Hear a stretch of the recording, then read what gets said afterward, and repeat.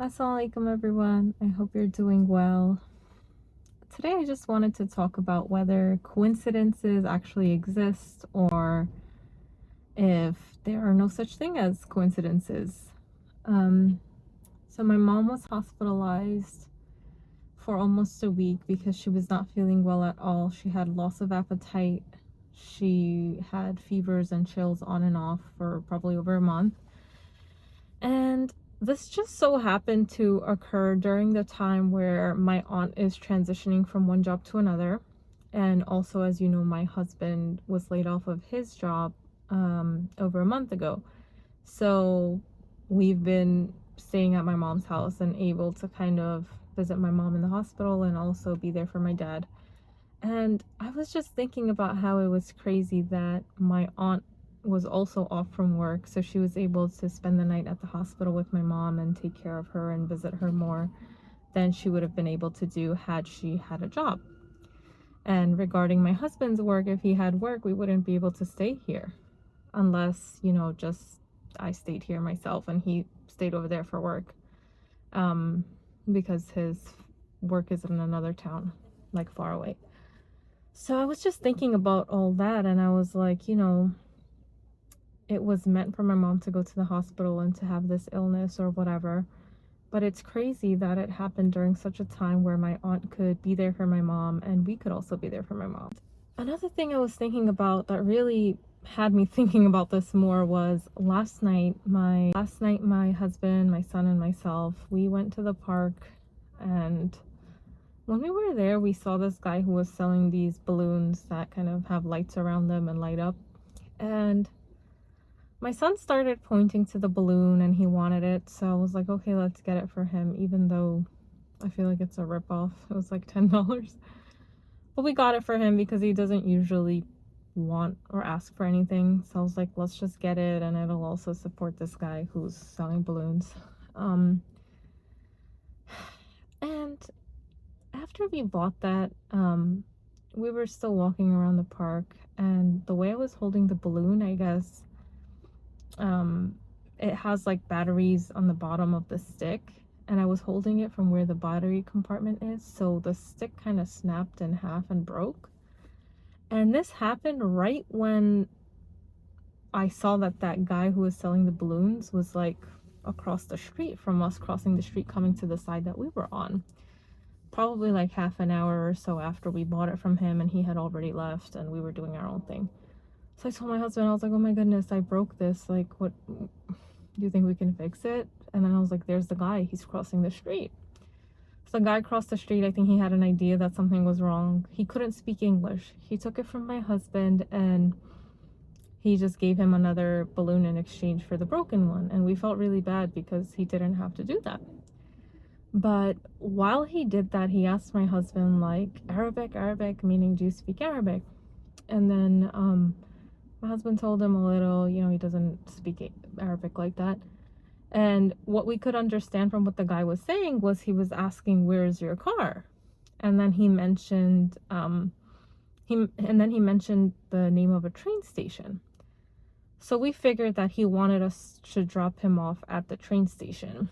And the funny part is we didn't know where our car was. Like, we were circling around because we weren't sure what street we parked it on. It's like a big place and every street looks the same and whatever. So my husband was like, oh, I don't know where my car is. And I don't think the guy understood him. And my husband was just like, okay, so I'll see you. Take care. And the guy looked really disappointed.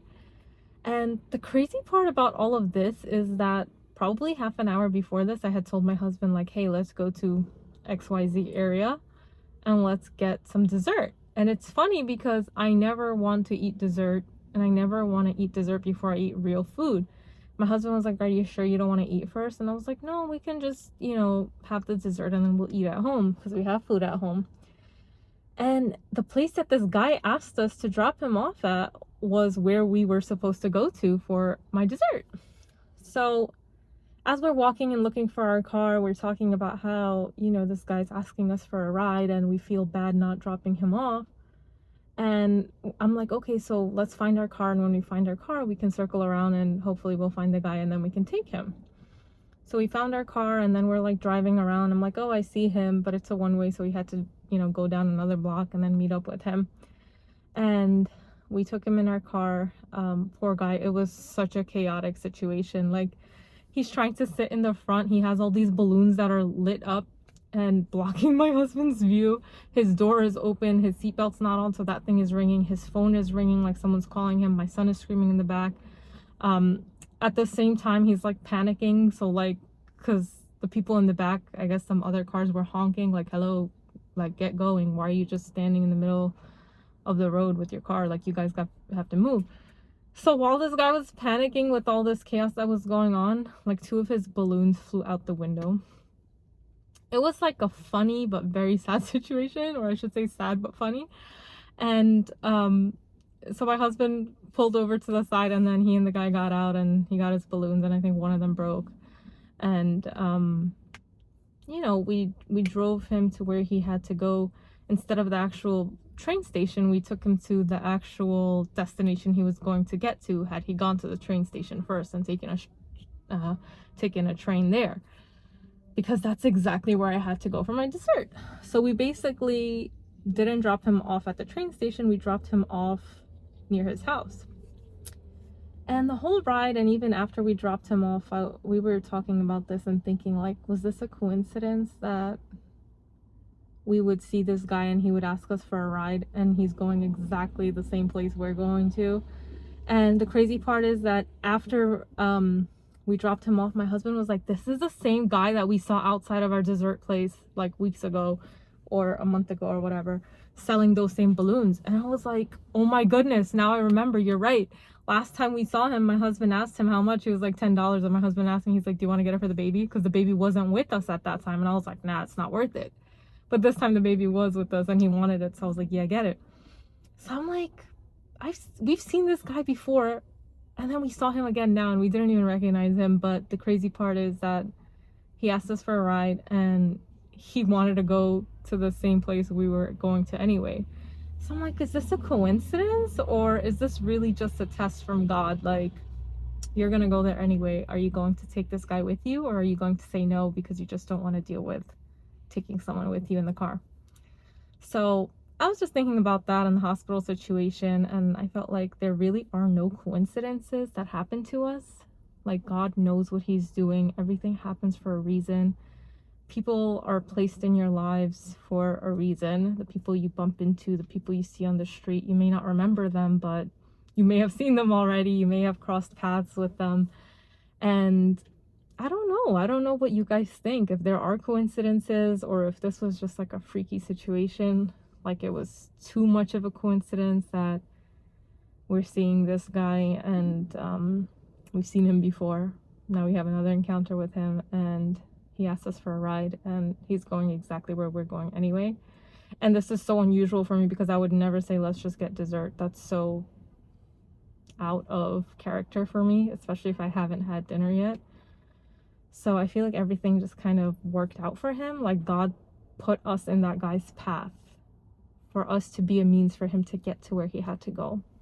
So the poor guy is going through a rough time. You know, he doesn't speak English. He told us how he had to get to America, like taking planes and boats and buses and all that. And then obviously he's working hard selling balloons. And, you know, he has to take the train to get to his home. And he goes from place to place, I guess, selling these balloons. And it was just, you know, when it rains, it pours. And it was, you know, like when it rains, it pours kind of thing, with him trying to get in the car and his balloons flying out and people honking at him and the seatbelt thing going off and his phone ringing and my baby crying. It was just too much. And it's just kind of like when you're going through a hard time, sometimes it just feels like you want to give up because nothing's working out. But it just made me happy inside that we were able to ease his difficulties just a little bit by taking him to where he had to go, as opposed to him carrying all of his stuff, going on the train, then waiting to get to where he had to go, then walking home or whatever he had to do, or sell more balloons. So if you're ever put in that situation where someone asks you for your help, I really think you should consider helping them out. I mean, hey, wait, I'm not telling you to take a random person in your car, because you don't know, people are crazy nowadays. You know, God forbid they can like take a knife out, hurt you, whatever. But that's the thing. He was Muslim, and I don't want to say just because he was Muslim we would assume he's a good guy and we would trust him. But for some reason, I felt comfortable enough. And my husband was even telling me, he's like, yeah, that is where we're going, but are you actually okay with us taking him? I'm like, yeah, why would I care? He's gonna sit in the front, I'm in the back with my kid anyway. What do I care? And I'm guessing it's because I'm always very cautious and very paranoid and skeptical of people. But with this guy, I didn't feel like I didn't feel like, oh, he can just kill us right now. Even though it's very possible. Just because someone's Muslim doesn't mean that they're a practicing Muslim, or that they actually fear God, or that they won't try to screw us over, or that they won't try to harm us just because, or that they won't try to harm us despite the fact that we were going out of our way to help them, or that they won't try to harm us despite the fact that we were trying to help them. So be smart about it, you know, go with your gut. But if you are put in that type of situation, just remember that this could be a test from God to see if you're going to do the right thing or not. And I believe there is a hadith that says that Allah will ask us on the day of judgment, or after we die and we're reckoned, like, I was hungry and you didn't feed me. I needed money and you didn't give it to me. I needed your help, you didn't help me. Something along those lines. I'll find it and I'll insert it here. And basically it's in the form of, like, if someone comes and they're asking you for food because they're hungry, or they need your help, or they're sick and you didn't, or Allah says, I was sick and you didn't come visit me, and you might be like, what do you mean? Like, you can't get sick. How would I visit you? It's like when someone you know is sick and are in the hospital or just sick at home, you should visit them. And God might say that I was sick and you didn't visit me because that was one of his servants. That was one of his, that was one of his servants that he created who was sick. And one of their rights upon you is that you should visit them or check up on them when they're sick, and you didn't. So these are things that we may be questioned on. And this could have been one of those tests for us, that God will tell me, hey, I needed your help and you didn't help me. Not saying that this person was God, but I hope you guys understand the gist of it. And yeah, I hope you guys are doing well. Let me know what you think. Okay, take care. Assalamu alaikum. Bye.